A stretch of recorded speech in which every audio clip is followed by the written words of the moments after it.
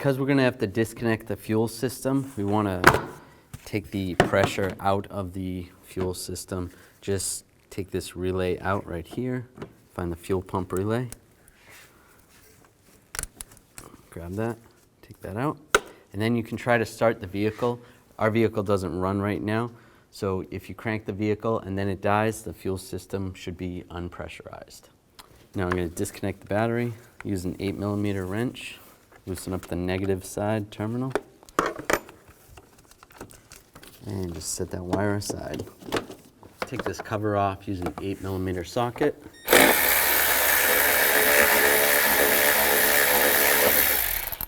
And slide it off. Take this snorkel off. There's a little retainer right here. Just use a trim tool, slide that off.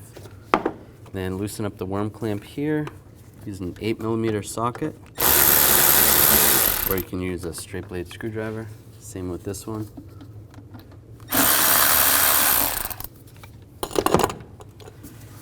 Grab the snorkel, slide it back, and slide it out. Take this nut off right here, use a 10mm socket. And then these two 10mm bolts, and then that one.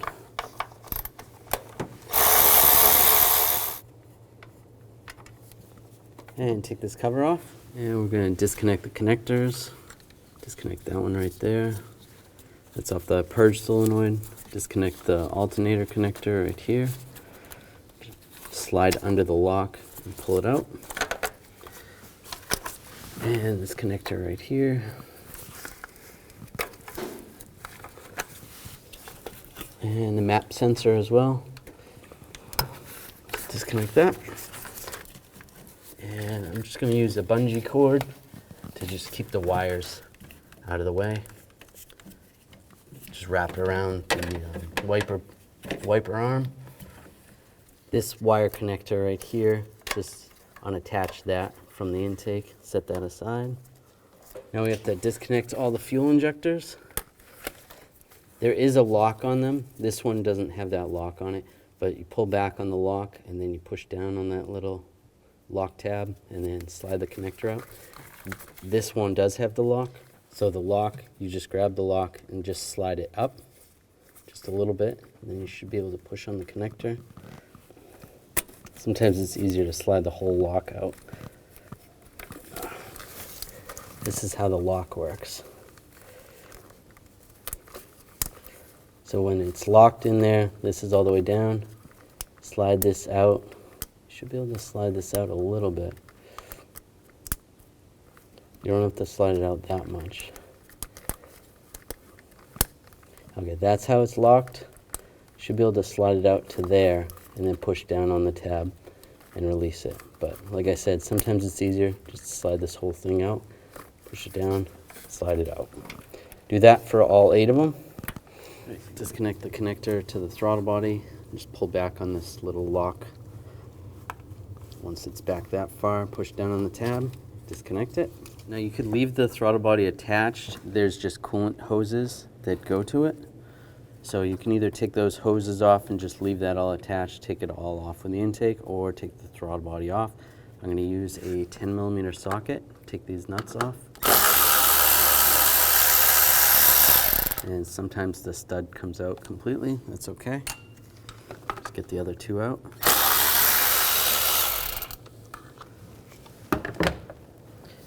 Now you want to be careful with this. It is sensitive. You don't want to drop it. Let's slide this hose out of the way over here. And disconnect this hose right here. This goes to the valve cover. You can either disconnect it down here or up here. And it's been on there for a long time, so it's kind of hard to get it loose. Just try to twist it back and forth. Screwdriver or a trim tool or something, just try to push on it. This should probably be replaced. The rubber is very dry. Just try not to crack this little port. There we go. Yeah, see the hose is starting to rip already. Move that to the side. Disconnect this evap line. Might need a screwdriver or something to push on the tab. It slides up. Now when we take the intake off, since I'm not pulling the injector rail up, we're just going to have to feed this through there. So just keep that in mind. And back here, disconnect this line that goes to the valve cover. Just pop that up. You could disconnect it up here if you wanted to. Just put that out of the way. Now if you weren't able to bleed the pressure off the fuel system, like I showed you earlier, taking the relay out and cranking it, just take the cap off right here, take some rags and a screwdriver, and you're just going to push on this Schrader valve. Just be careful. It's a good idea to wear safety glasses while you're doing this. And just release the pressure. There wasn't a lot of pressure in this one, but sometimes they spray pretty good. That's good. Put the cap back on so I don't lose it. Now we'll disconnect the fuel line. Just pull this lock off. You just slide it up and then pull it out. You're going to need a special fuel line release tool. Just slide this over the pipe. Pull the line forward and then push the tool into the line. Once the tool's in the right spot, you should be able to pull the line back. Just like that. Pop it off. Now I'm going to take the intake bolts out. There's one there, one there, one there, and then there's two in the back on this side. On the opposite side, there's two in the front, one in the middle, and then two further back. So there's 5 per side, 10 in total. I'm going to use an 8mm socket. It helps to use a wobble socket or a swivel socket. And it's a good idea not to use an electric tool with the gas being out. You don't want to cause any sparks, so I'm just going to use an air tool.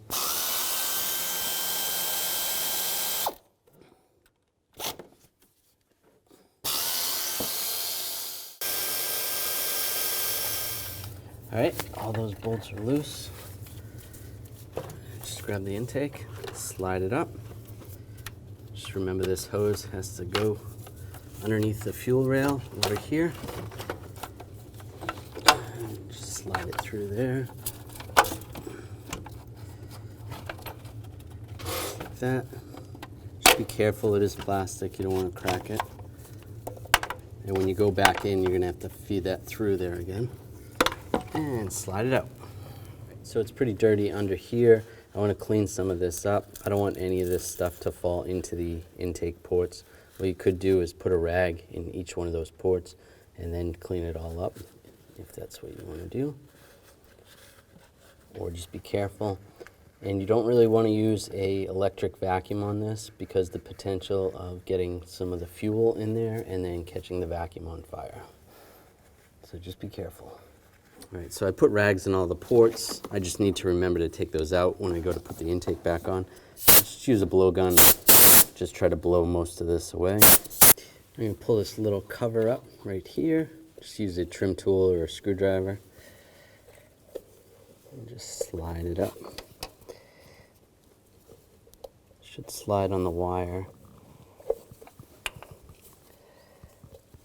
Just be careful. There we go. Disconnect the connector. It's kind of hard to do with your fingers.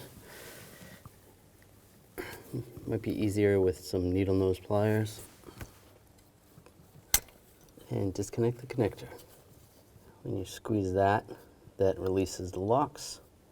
And just do the same with the back one. There we go.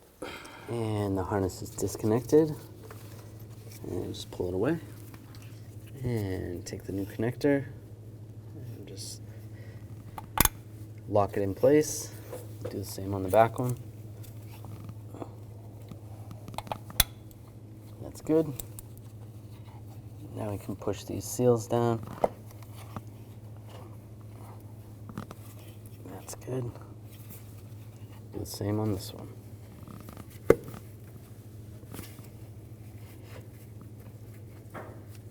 Perfect. Now you want to run the harness this way. Just have it sitting back here. So when we go to put the intake back on, we can plug it right back in.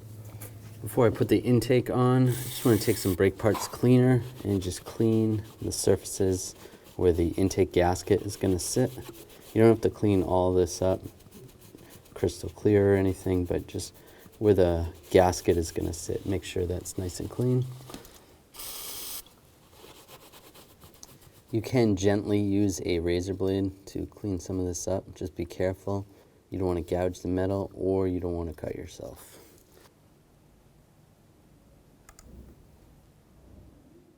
We'll take the old gaskets off. There's a little clip right here. There's another clip right here. And then another one on the bottom. Take those off.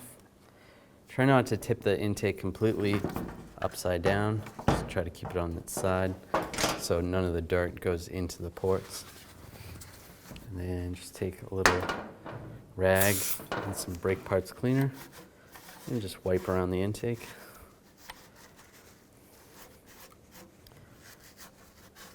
And take the new gasket, just line it up and click it into place right there. Right there and on the bottom. Just make sure that looks good. Do the same on the other one. Don't forget to take these rags out. You can check all the ports, just look down and make sure there's nothing that went in there. You can always spray a little compressed air. Now when we go to put the intake back on, we have to slide this back through the fuel rail. You could always disconnect it right here and just put this on the intake and then reconnect it down there if that makes it easier for you. And take the intake.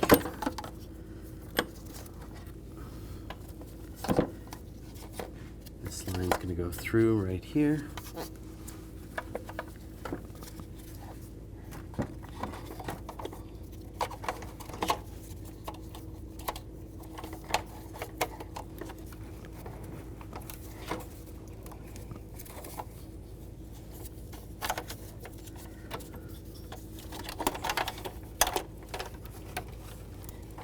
And just line it up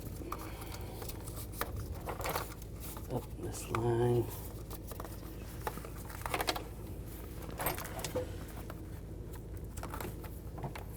Push that back there.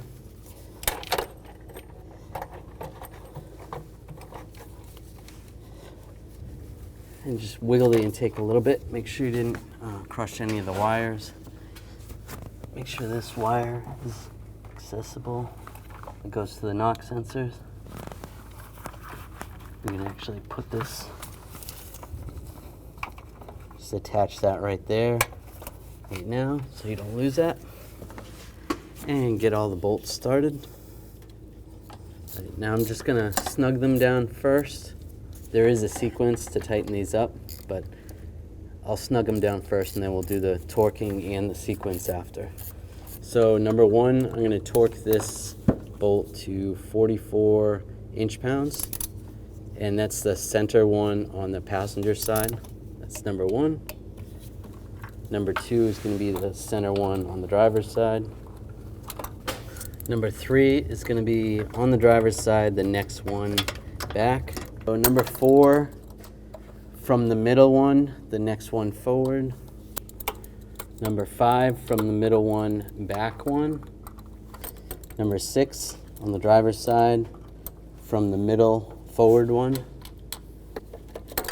Number seven is the next one forward. Number eight is the passenger side rear one. Number nine is the driver's side rear. And number 10 is passenger side front one. So that was all the first pass. Now you're going to do the same sequence, and you're going to change your torque wrench to 88 inch-pounds. And do the same exact sequence. Now we'll hook up the fuel line, just line that up, lock it in place, make sure that's good. Make sure you put this lock on, it just slides on and then locks down. It's just going to prevent it from coming off. Now hook up this line or hose right here. It goes to the valve cover, and hook this line up over here. Ours is split. This should be replaced, but it'll work for now. And the evap line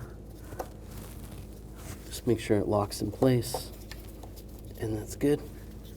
Now check your throttle body gasket. If it's crushed, normally you have to replace it every time, but if it looks okay, you can probably try to reuse it. This one looks good. And take the studs, or just the nuts if the studs didn't come out. Put those back on. And I'm going to torque these to 89 inch-pounds. Now reposition that coolant hose, those clamps. Take the electrical connector, line it up, lock it in place, push down on the lock.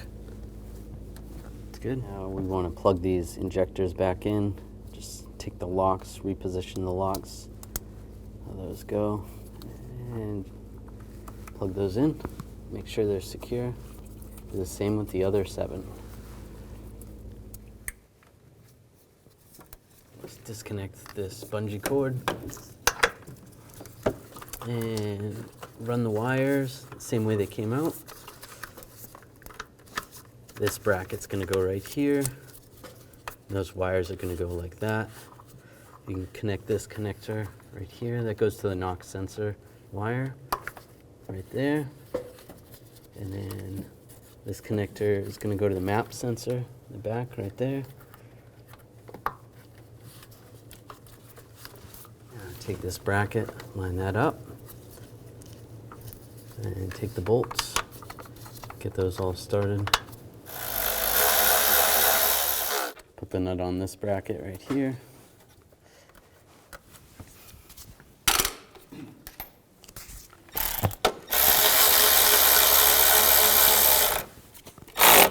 That's good. Take these connectors, plug in the alternator, and this purge valve, plug that one in, and take the snorkel, line it up, put it over the intake, over the throttle body, line this bracket up right here, and over the airbox, or mass airflow sensor. Tighten up this worm clamp right here, just snug. And the same right here. Take the cover, line the cover up in the back, and get the bolts started.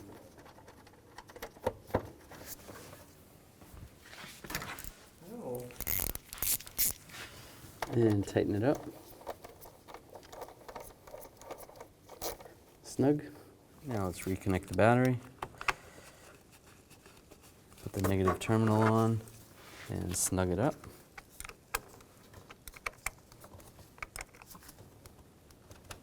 And then wiggle it, make sure it's not loose, and you're good to go.